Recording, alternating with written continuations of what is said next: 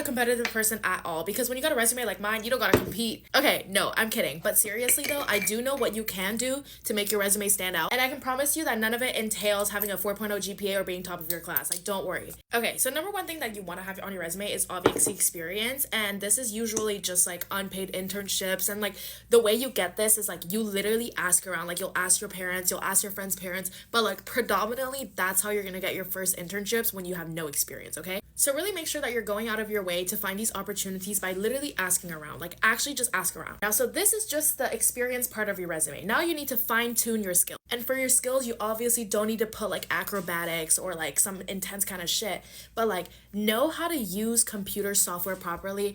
It's always good if you know how to code, like put that down. If you don't know how to code, that's fine. I didn't know how to code either, but there are programs online that just teach you how to code, and you can do certifications like Python certifications. Like, yeah, like if you haven't learned, go out of your way to learn these skills. They will literally bring you from here to here. Any language is an extra skill. Anything that you can do that sets yourself apart is a skill. Add that shit. Now, a really important section on your resume should be personal projects. And if you're like, what are personal projects?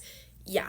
So essentially a personal project is just something that you did that shows that you went out of your way to be a better applicant and to better yourself. So in my case, some of my personal projects was I founded a club at U of T. One of them was like I partook in a broadcasted live podcast with like 2 immunology professors. Or like a more recent one was this like global challenge for like new sustainability initiatives. And you kind of just take part in these projects. And it really is just to show that you're just more than an applicant, but you're actually like a person. You know what I mean? Because literally, who gives a fuck if you got an A+ in biochem? Like actually, who cares?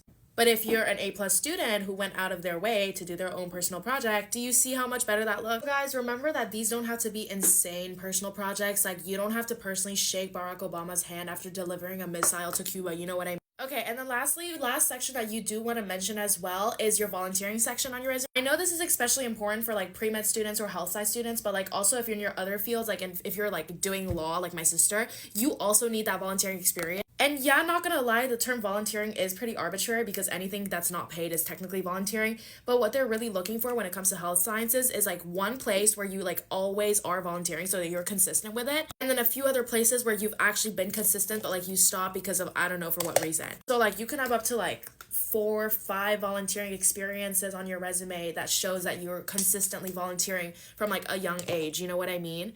And so if there's one piece of advice to take away from all of this is that A, you really don't have to worry, okay? Like don't worry if your resume isn't like stellar and like, you know what I mean? Like you're fine, you're getting there. But summer really is the time for you to like bulk up the resume, like make sure that you have sturdy sections, make sure that your experience is solid, and make sure you really like refine your skills. Because if you want to stand out as an applicant, there's only one way to do it on paper, and it's to have a stellar resume. Like I'm just saying, showing up in person for an interview is just a different scenario, but you gotta lock in that resume first.